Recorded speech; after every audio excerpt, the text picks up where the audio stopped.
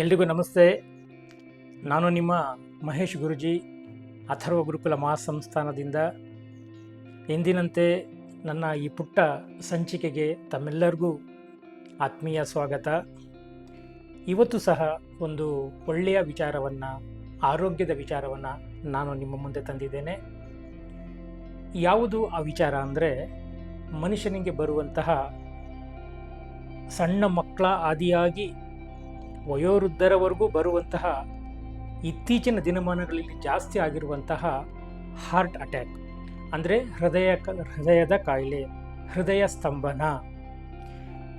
ನೀವು ಯಾವುದೇ ಮನೆಗೆ ಹೋಗಿ ಸಣ್ಣ ಮಕ್ಕಳಿಂದ ಹಿಡಿದು ವಯೋವೃದ್ಧರವರೆಗೂ ಯಾರಾದರೂ ಒಬ್ಬರು ಹಾರ್ಟ್ ಪೇಷಂಟ್ ನಿಮ್ಮಲ್ಲಿ ಇದ್ದೇ ಇರ್ತಾರೆ, ನಿಮ್ಮ ಮನೆಗಳಲ್ಲಿ ಇದ್ದೇ ಇರ್ತಾರೆ, ನಾವು ನೋಡ್ತಾನೆ ಇರ್ತೇವೆ.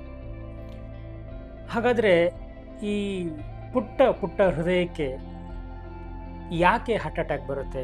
ನೋಡಿ, ಪ್ರೀತಿ, ಕರುಣೆ, ದಯೆ, ನಮ್ರತೆ, ವಿನಯ ಇದೆಲ್ಲದಕ್ಕೂ ಮಿಡಿಯುವಂಥದ್ದು ಇದೊಂದು ಪುಟ್ಟ ಹೃದಯ. ಆದರೆ ಇತ್ತೀಚಿನ ದಿನಗಳಲ್ಲಿ ನಾವು ನಮ್ಮ ಹೃದಯದ ಬಗ್ಗೆ ಕಾಳಜಿ ವಹಿಸ್ತಾ ಇದ್ದೀವ? ಈ ಪುಟ್ಟ ಹೃದಯವನ್ನು ನಾವು ಸಂರಕ್ಷಣೆ ಮಾಡ್ಕೊಳ್ತಾ ಇದ್ದೀವ ಅಂದರೆ ಇಲ್ಲ. ಯಾರಿಗೂ ಅದ್ರ ಕಡೆ ಗಮನನೇ ಇಲ್ಲ. ದೇಹಕ್ಕೆ ಹಾರ್ಟ್ ಅಟ್ಯಾಕ್ ಆದಾಗ, ಎದೆ ನೋವು ಕಾಣಿಸ್ಕೊಂಡಾಗ ಡಾಕ್ಟರ್ ಹತ್ರ ಹೊಡೋಗ್ಲಿಕ್ಕೆ ಪ್ರಯತ್ನ ಮಾಡ್ತೀವಿ ಹೊರತು, ಅದಕ್ಕಿಂತ ಮುಖ್ಯವಾಗಿ ಒಂದು ದಿನನಾದರೂ ನಮ್ಮ ಹೃದಯದ ಬಗ್ಗೆ, ನಮ್ಮ ಹೃದಯದ ಮಿಡಿತದ ಬಗ್ಗೆ ಒಂದು ದಿನವೂ ಸಹ ನಾವು ಯೋಚನೆ ಮಾಡೋದೇ ಇಲ್ಲ. ಯಾಕೆ ಯೋಚನೆ ಮಾಡಲ್ಲ ಅಂದರೆ, ನಾವು ಅದ್ರ ಕಡೆ ಗಮನ ಕೊಡಲ್ಲ. ಅಯ್ಯೋ ನೋಡ್ಕೊಳ್ಳೋಣ ಬಿಡಿ ಆಮೇಲೆ ಅಂತ. ಹಾಗಿಲ್ಲ. ಹೃದಯ ಅನ್ನುವಂಥದ್ದು ನಮ್ಮ ದೇಹದಲ್ಲಿ ಅವಿಭಾಜ್ಯ ಅಂಗ. ಇದನ್ನು ಸಂರಕ್ಷಣೆ ಮಾಡಿಕೊಳ್ಳುವಂಥದ್ದು ನಮ್ಮೆಲ್ಲರ ಕರ್ತವ್ಯ ಅಲ್ವಾ? ಹಾಗಾಗಿ ಇವತ್ತಿನ ಈ ಸಂಚಿಕೆಯಲ್ಲಿ, ವಿಶೇಷ ಸಂಚಿಕೆಯಲ್ಲಿ, ಹಾರ್ಟ್ ಅಟ್ಯಾಕ್ ಯಾಕೆ ಬರುತ್ತೆ, ಯಾರಿಗೆ ಬರುತ್ತೆ, ಏನೇನೆಲ್ಲ ಇದಕ್ಕೆ ಪರಿಹಾರಗಳಿದೆ, ಇವೆಲ್ಲವನ್ನು ಇವತ್ತಿನ ಈ ಪುಟ್ಟ ಸಂಚಿಕೆಯಲ್ಲಿ ನಾವು ನೋಡೋಣ. ನೋಡಿ, ಈ ಹಾರ್ಟ್ ಅಟ್ಯಾಕ್ ಅನ್ನುವಂಥದ್ದು ಮಾನಸಿಕವಾಗಿ ಮತ್ತು ದೈಹಿಕವಾಗಿ ಎರಡೂ ರೀತಿಯಲ್ಲೂ ಸಹ ಬರುತ್ತೆ. ಹೇಗೆ ಇದು ಮಾನಸಿಕ ರೀತಿಯಲ್ಲಿ ಬರುತ್ತೆ ಅಂದರೆ, ನೋಡಿ, ನಮ್ಮ ಈ ಪುಟ್ಟ ಹೃದಯ ಇರುವಂಥದ್ದು ಮನಸ್ಸಿನ ಅಧೀನದಲ್ಲಿ ಇರುತ್ತೆ. ಅಂದರೆ ಮನಸ್ಸೇ ಜಾಸ್ತಿ ಆಳುವಂಥದ್ದು ಈ ಹೃದಯವನ್ನು. ಹಾಗಾಗಿ ನಾವು ಯಾವತ್ತೂ ಸಹ ನಮ್ಮ ಮನಸ್ಸನ್ನು ಶಾಂತ ರೀತಿಯಲ್ಲೇ ಇಟ್ಕೊಳ್ಬೇಕಾಗುತ್ತೆ. ನೋಡಿ, ಜಾಸ್ತಿ ತುಂಬ ಅಂದರೆ ಅತಿ ಹೆಚ್ಚು ನಿಮಗೆ ಸಂತೋಷ ಆದಾಗ, ಅತಿ ಹೆಚ್ಚು ದುಃಖ ಆದಾಗ, ತುಂಬ ಯೋಚನೆ ಮಾಡಿದಾಗ, ಈ ಪ್ರೆಷರ್ಸ್ ಜಾಸ್ತಿ ಬಂದಾಗ, ಒತ್ತಡಗಳು ಜಾಸ್ತಿ ಬಂದಾಗ ಹೃದಯಕ್ಕೆ ತುಂಬ ನೋವಾಗುತ್ತೆ, ಸ್ತಂಭನಕ್ಕೆ ಒಳಗಾಗೋ ಸಾಧ್ಯತೆ ಇರುತ್ತೆ, ಅಟ್ಯಾಕ್ ಆಗೋ ಸಾಧ್ಯತೆ ಇರುತ್ತೆ. ಸೊ ಇದಕ್ಕೆ ನಾವು ನಮ್ಮ ಮನಸ್ಸನ್ನು ನಿಯಂತ್ರಣ ಮಾಡ್ಕೊಳ್ಬೇಕಾಗತ್ತೆ. ಇದೊಂದೇ ಕಾರಣನ ಅಂದರೆ ಇಲ್ಲ, ಬೇಕಾದಷ್ಟು ಕಾರಣಗಳಿದೆ. ಒಂದು, ನಾನು ಆಗಲೇ ಹೇಳಿದ ಹಾಗೆ ಮಾನಸಿಕ ಕಾರಣ ಒಂದು ಬಿಟ್ಟು, ನಮ್ಮ ಆಹಾರ, ನಮ್ಮ ಜೀವನದ ಕ್ರಮ ಇವೆಲ್ಲವೂ ಸಹ ಮುಖ್ಯವಾಗುತ್ತೆ. ನಾನು ಪ್ರತಿ ಸಲ ಹೇಳ್ತೀನಿ, ನೀವು ಶಾಕಾಹಾರಿಗಳು ಅಥವಾ ಮಾಂಸಾಹಾರಿಗಳು ಯಾವುದಾದ್ರೂ ಆಗಿರಲಿ, ಆದರೆ ಜಿಡ್ಡಿನ ಪದಾರ್ಥವನ್ನು ಕಡಿಮೆ ಬಳಕೆ ಮಾಡಿ. ಆದಷ್ಟು ಎಣ್ಣೆಯನ್ನು, ಅಡುಗೆ ಎಣ್ಣೆ ಮತ್ತು ಗೊತ್ತಲ್ಲ ಅದೊಂದು, ಆ ಎಣ್ಣೆ ಎರಡೂ ಕಂಟ್ರೋಲ್ ಮಾಡಿದ್ರೆ, ಮಿತಿಯಲ್ಲಿ ಇಟ್ಕೊಂಡು ನೀವು ಬಳಸಿದ್ರೆ ತುಂಬ ಒಳ್ಳೆಯದು.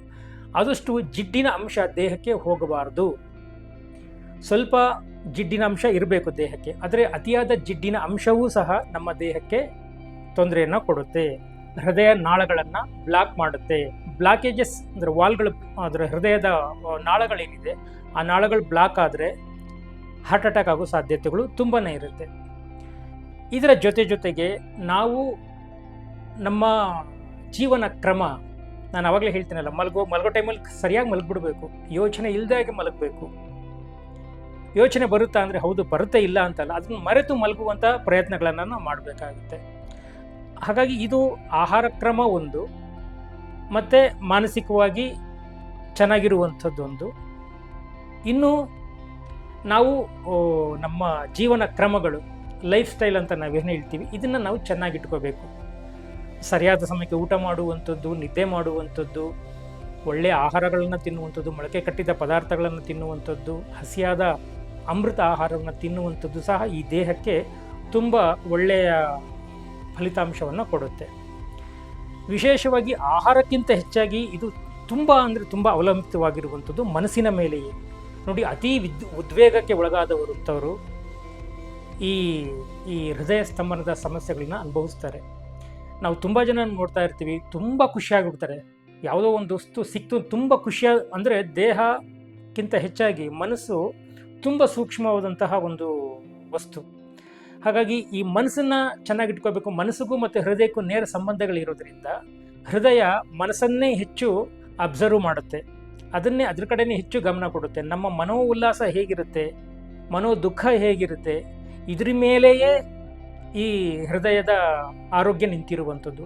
ಹಾಗಾಗಿ ಊಟ ಮಾಡಬೇಕಾದ್ರೆ ಸಂತೋಷವಾಗಿ ಊಟ ಮಾಡಬೇಕು ಅಂತಾರೆ. ನಾವು ಸಂತೋಷವಾಗಿ ನಿಜವಾಗ್ಲೂ ಊಟ ಮಾಡ್ತಾ ಇದ್ದೀವ?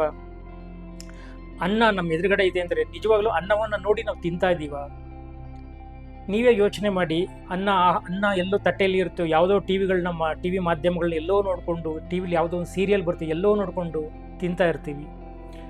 ಆಹಾರವನ್ನೆಲ್ಲ ಹಾಗೆಲ್ಲ ತಿನ್ನಬಾರ್ದು. ನಾವೇನು ತಿಂತಾ ಇದ್ದೀವಿ, ನಾವೆಷ್ಟು ತಿಂತಾ ಇದ್ದೀವಿ, ಯಾವ ಆಹಾರ ನಮ್ಮ ಹೃದಯಕ್ಕೆ ಒಳ್ಳೆಯದು, ಯಾವ ಆಹಾರ ಕೆಟ್ಟದ್ದು, ಯಾವುದನ್ನು ನಾವು ಸಹ ಯೋಚನೆಯೇ ಮಾಡೋದಿಲ್ಲ. ಸಂತೋಷವಾಗಾದರೂ ತಿಂತೀವ? ಇಲ್ಲ. ಯಾವುದೋ ಸೀರಿಯಲಲ್ಲಿ ಯಾವುದೋ ಒಂದು ಏನೋ ಕೊಲೆ ಬರ್ತಾ ಇತ್ತು, ಅದನ್ನ ನೋಡ್ಕೊಂಡು ಎಂಜಾಯ್ ಮಾಡ್ಕೊಂಡು ತಿಂತೀವಿ. ಯಾವುದೋ ಒಂದು ದುಃಖ ಆಗ್ತಾ ಇರುತ್ತೆ, ಅದನ್ನ ನೋಡ್ಕೊಂಡೇ ಸುಮ್ಮನೆ ತಿಂತಾ ಇರ್ತೀವಿ. ಗಮನ ಎಲ್ಲೋ ಇರುತ್ತೆ, ಸುಮ್ಮನೆ ತಿಂತಾ ಇರ್ತೀವಿ. ದೇಹಕ್ಕೆ ಏನು ಹೋಗ್ತಾ ಇದೆ, ನಾನು ಎಷ್ಟು ಪ್ರಮಾಣದಲ್ಲಿ ಆಹಾರವನ್ನು ಸ್ವೀಕಾರ ಮಾಡ್ತಾ ಇದ್ದೀನಿ, ಅದು ನನ್ನ ದೇಹಕ್ಕೆ ಎಷ್ಟು ಹೋಗ್ತಾ ಇದೆ, ಇದು ಒಳ್ಳೆಯದ ಕೆಟ್ಟದ, ಜಿಡ್ಡಿನ ಅಂಶ ಎಷ್ಟಿದೆ, ಎಣ್ಣೆಯ ಅಂಶ ಎಷ್ಟಿದೆ, ಒಂದಾದರೂ ಯೋಚನೆ ಮಾಡ್ತೀವ? ಯೋಚನೆ ಮಾಡೋದಿಲ್ಲ.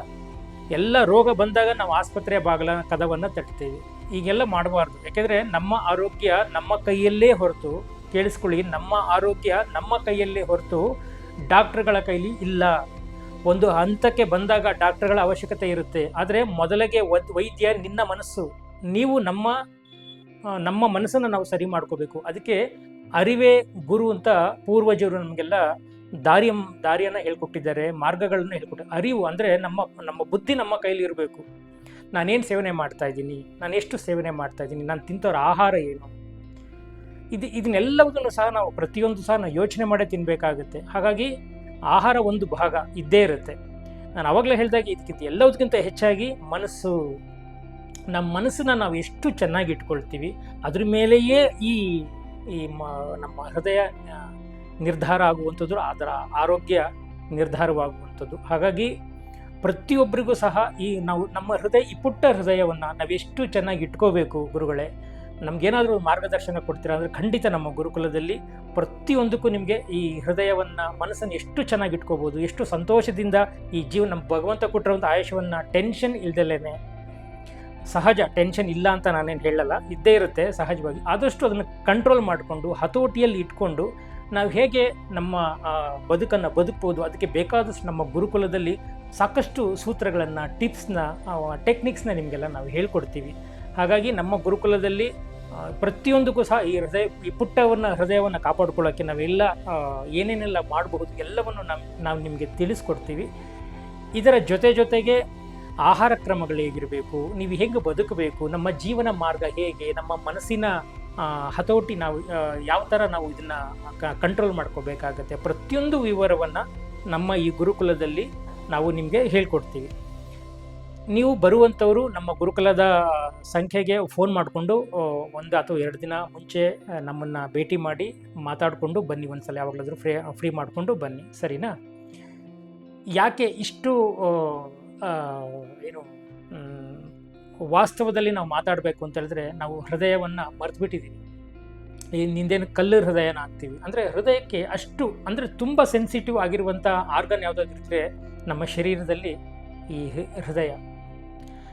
ಈ ಹೇಳ್ತೀನಲ್ಲ, ಈ ಹೃದಯ ಅನ್ನುವಂಥದ್ದು ಅತಿ ಅತಿ ಅತಿ ಸೂಕ್ಷ್ಮ ವಿಚಾರ, ಸೂಕ್ಷ್ಮ ವಸ್ತು. ಹಾಗಾಗಿ ಇದು ನಾನು ಆವಾಗಲೇ ಹೇಳಿದಾಗೆ ಮನಸ್ಸಿನ ಮೇಲೆಯೇ ನಿರ್ಧಾರವಾಗಿರುತ್ತೆ. ಹಾಗಾಗಿ ಎಷ್ಟು ಚೆನ್ನಾಗಿ ನಮ್ಮ ಮನಸ್ಸನ್ನು ನಾವು ಇಟ್ಕೋಬೋದು, ಒಳ್ಳೆಯ ಜೀವನ ಕ್ರಮನ ಹೇಗೆ ಮಾಡಬಹುದು ಅಂತ ನಾನು ನಿಮಗೆ ತೋರಿಸ್ಕೊಡ್ತೀನಿ. ಸದಾ ಸಂತೋಷವಾಗಿ ಲೈಫ್ನ ಯಾವ ಥರ ಬ್ಯಾಲೆನ್ಸ್ ಮಾಡಿಕೊಂಡು ಬದುಕುವಂಥದ್ದು ಪ್ರತಿಯೊಂದು ಸಹ ನಿಮಗೆ ನಾವು ನಮ್ಮ ಗುರುಕುಲದಲ್ಲಿ ಮಾರ್ಗದರ್ಶನವನ್ನು ಕೊಡ್ತಾ ಇರ್ತೀವಿ. ಹಾಗಾಗಿ ಯಾರು ಬೇಕಾದ್ರೂ ಸಹ ಜಾತಿ, ಮತ, ಕುಲ, ಗುರುಗಳೇ ನಾನು ಆ ಜಾತಿಯವನು ಬರ್ಬೋದಾ, ಈ ಜಾತಿಯವನು ಬರ್ಬೋದಾ? ನೋಡಿ, ಹಾರ್ಟ್ ಅಟ್ಯಾಕ್ ಯಾವ ಜಾತಿಯವ್ರಿಗೆ ಬರುತ್ತೆ, ಯಾವ ಕುಲದವ್ರಿಗೆ ಬರುತ್ತೆ, ಯಾವ ಧರ್ಮದವ್ರಿಗೆ ಬರುತ್ತೆ? ನಮ್ಮ ಈ ಗುರುಕುಲದಲ್ಲಿ ಯಾವುದೇ ಜಾತಿಗಳ, ಧರ್ಮಗಳ ನಿರ್ಬಂಧ ಇಲ್ಲ. ಆರೋಗ್ಯ ಸಮಸ್ಯೆ ಇರುವಂಥವರು, ನಾನು ಆವಾಗಲೇ ಹೇಳಿದೆ, ಕಣ್ಣಿನ ಸಮಸ್ಯೆ ಇರುವಂಥವರು, ನಿದ್ದೆಯ ಸಮಸ್ಯೆ ಇರುವಂಥವ್ರು, ಹೃದಯದ ಸಮಸ್ಯೆ ಇರುವಂಥವರು, ಯಾರು ಬೇಕಾದರೂ ಸಹ ನಮ್ಮ ಗುರುಕುಲಕ್ಕೆ ಬಂದು ಭೇಟಿಯನ್ನು ಮಾಡಿ ಒಂದು ಒಳ್ಳೆಯ ಉಪಾಯಗಳನ್ನು, ಪರಿಹಾರಗಳನ್ನು ನೀವು ಕಂಡುಕೊಳ್ಬೋದು. ಆ ಟೆಕ್ನಿಕ್ಸು ಟಿಪ್ಸ್ ಎಲ್ಲ ನಾನು ನಿಮಗೆ ಹೇಳ್ಕೊಡ್ತೀವಿ. ಅದನ್ನು ಕಲ್ತ್ಕೊಂಡು ನಿಮ್ಮ ಜೀವನದಲ್ಲಿ ಅಳವಡಿಸ್ಕೊಂಡು ಒಳ್ಳೆಯ ಜೀವನವನ್ನು ನಾವು ಮಾಡಬೇಕಾಗುತ್ತೆ. ಗುರುಗಳು ಮೊನ್ನೆ ಯಾರೋ ನಾವು ಫೋನ್ ಮಾಡಿದರು, ನಾವು ಬೇರೆ ಧರ್ಮದವರು ಬರ್ಬೋದು, ನಮಗೆಲ್ಲ ಹೇಳ್ಕೊಡ್ತೀರಾ ಅಂದರೆ, ನಾವು ಹೇಳ್ಕೊಡುವಂಥದ್ದು ಒಂದೇ, ಮನಸ್ಸನ್ನು ನೀವು ಹೇಗೆ ಚೆನ್ನಾಗಿಟ್ಕೋಬೇಕು, ಹೇಗೆ ಬದುಕಬೇಕು, ಸಹಬಾಳ್ವೆಯಿಂದ ಹೇಗೆ ಬದುಕಬೇಕು, ಇಷ್ಟೇ. ಬೇರೆ ಬೇರೆ ಇದಕ್ಕೆ ಸಂಬಂಧಪಟ್ಟದ್ದು ಇನ್ನು ಸ್ವಲ್ಪ ವಿಸ್ತಾರವಾಗಿ ನಾವು ನಮ್ಮ ಗುರುಕುಲದಲ್ಲೇ ನಿಮಗೆಲ್ಲ ತಿಳಿಸ್ಕೊಡ್ತೀವಿ. ಮಧ್ಯಾಹ್ನದ ಸಂಪೂರ್ಣ ನಿಮಗೆ ಊಟದ ವ್ಯವಸ್ಥೆ ಇರುತ್ತೆ. ಊಟ ಉಚಿತವಾಗಿರುತ್ತೆ. ನಾವು ಯಾವುದೇ ಹಣವನ್ನು ಊಟಕ್ಕೋಸ್ಕರವಾಗಿ ನಾವು ತಗೊಳ್ಳೋದಿಲ್ಲ. ನಾವು ಅನ್ನವನ್ನು ಯಾವುದು ದಾನ ಅಂತ ಏನು ಮಾಡ್ತಾ ಇಲ್ಲ. ಅದು ಬಂದಂಥವರು ಯಾರೂ ಸಹ, ನಮ್ಮ ಗುರುಕುಲಕ್ಕೆ ಬಂದಂಥವರು ಯಾರೂ ಸಹ ಹೊಟ್ಟೆ ಹಸಿವಿನಿಂದ ಹೋಗಬಾರ್ದು ಅನ್ನುವಂಥದ್ದು ನನ್ನ ಉದ್ದೇಶ. ಹಾಗಾಗಿ ನಿಮ್ಮ ಆರೋಗ್ಯದ ಸಮಸ್ಯೆಗಳನ್ನ ಹೇಳಿಕೊಂಡು ಯಾರು ಬರ್ತೀರಾ ಪ್ರತಿಯೊಬ್ಬರಿಗೂ ಸಹ ಮಧ್ಯಾಹ್ನದ ಊಟದ ವ್ಯವಸ್ಥೆಯನ್ನು ನಮ್ಮ ಕೈಲಾದಷ್ಟು ಮಟ್ಟಿಗೆ ನಾವು ನಿಮಗೆ ವ್ಯವಸ್ಥೆ ಮಾಡಿ ಕೊಡ್ತೀವಿ. ಆಗಲೇ ಮತ್ತೆ ಇನ್ನೊಬ್ರು ಯಾರು ನಮಗೆ ಕೇಳ್ತಾ ಇದ್ರು, ನಾವು ಆಲ್ರೆಡಿ ಪೇಷಂಟ್ ಆಗಿದ್ದೀವಿ, ಹಾರ್ಟ್ ಅಟ್ಯಾಕ್ ಆಗಿದೆ ಆಲ್ರೆಡಿ, ನಮಗೆ ನಾವು ಬರ್ಬೋದಾ ಅಂದರೆ, ಖಂಡಿತವಾಗಿಯೂ ನೀವು ಸಹ ಬರ್ಬೋದು. ಯಾರಾದರೂ ಒಬ್ಬರ ಸಹಾಯಕರ ಜೊತೆ ನೀವು ಬಂದರೆ ತುಂಬ ಒಳ್ಳೆಯದು. ಬರಬೇಕಾದ್ರೆ ಹೃದಯಕ್ಕೆ ಸಂಬಂಧಪಟ್ಟಂತಹ ಹಾರ್ಟ್ ಅಟ್ಯಾಕ್ ಆಗಿರುವಂತಹ ಡಾಕ್ಟರ್ ರಿಪೋರ್ಟ್ ಏನಿದೆ ಅದನ್ನು ತೊಗೊಂಬಂದರೆ ನಮಗೆ ಅದನ್ನು ಸ್ವಲ್ಪ ಸ್ಟಡಿ ಮಾಡಲು ಸ್ವಲ್ಪ ಸೂಕ್ತ ಆಗುತ್ತೆ. ಜೊತೆಗೆ ನಾವು ನಮ್ಮ ಗುರುಕುಲದಲ್ಲಿ ನಾವು ಯಾವ ಮೆಡಿಸಿನ್ಸ್ ಆಗಿರ್ಬೋದು ಅಥವಾ ಇನ್ನೇನು ಚಿಕಿತ್ಸೆಗಳು ಅದು ಯಾವುದು ಸಹ ಕೊಡೋದಿಲ್ಲ. ಆ ಚಿಕಿತ್ಸೆಗಳು ಮೆಡಿಸಿನ್ಸ್ ಎಲ್ಲ ಕೊಡ್ತಾರೆ ಅಂತ ನಮ್ಮ ಹತ್ರ ದಯವಿಟ್ಟು ಬರಲಿಕ್ಕೆ ಹೋಗಬೇಡಿ. ಮನಸ್ಸನ್ನು ಚೆನ್ನಾಗಿಟ್ಕೊಂಡು ನಾವು ಹೃದಯವನ್ನು ಎಷ್ಟು ಚೆನ್ನಾಗಿ ಕಾಪಾಡ್ಕೋಬಹುದು ಅನ್ನುವಂಥ ವಿಚಾರವನ್ನು ನಮಗೆ ಸೂತ್ರಗಳನ್ನು ನಿಮ್ಗೆ ಹೇಳ್ಕೊಡ್ತೀವಿ, ಅಭ್ಯಾಸಗಳನ್ನು ಮಾಡಿಸ್ತೀವಿ. ಆ ಅಭ್ಯಾಸಗಳನ್ನ ಕಲ್ತ್ಕೊಂಡು ನೀವು ನಿಮ್ಮ ಮನೆಗಳಲ್ಲಿ ಬಂದು ಇದೊಂದು ಅಭ್ಯಾಸಗಳು ಮಾಡಿಕೊಂಡ್ರೆ ಸಾಕು. ಖಂಡಿತವಾಗಿಯೂ ಸಹ ನೀವು, ನಾನು ಹೇಳ್ತೀನಲ್ಲ, ಹೃದಯದ ತೊಂದರೆ ಇಲ್ದಲೇ ಆರಾಮವಾಗಿ ಭಗವಂತ ಕೊಟ್ಟಿರುವಂಥ ಆಯುಷ್ಯವನ್ನು ನಾವು ಸಂಪೂರ್ಣವಾಗಿ ಸದ್ಬಳಕೆ ಮಾಡ್ಕೋಬೋದು ಅಂತ ಹೇಳ್ತಾ ಇವತ್ತಿನ ಈ ಪುಟ್ಟ ಹೃದಯದ ವಿಚಾರವನ್ನು ಹೃದಯಪೂರ್ವಕವಾಗಿ ಮುಗಿಸ್ತಾ ಇದ್ದೀನಿ. ಎಲ್ರಿಗೂ ಒಳ್ಳೆಯದಾಗಲಿ. ನಮಸ್ಕಾರ.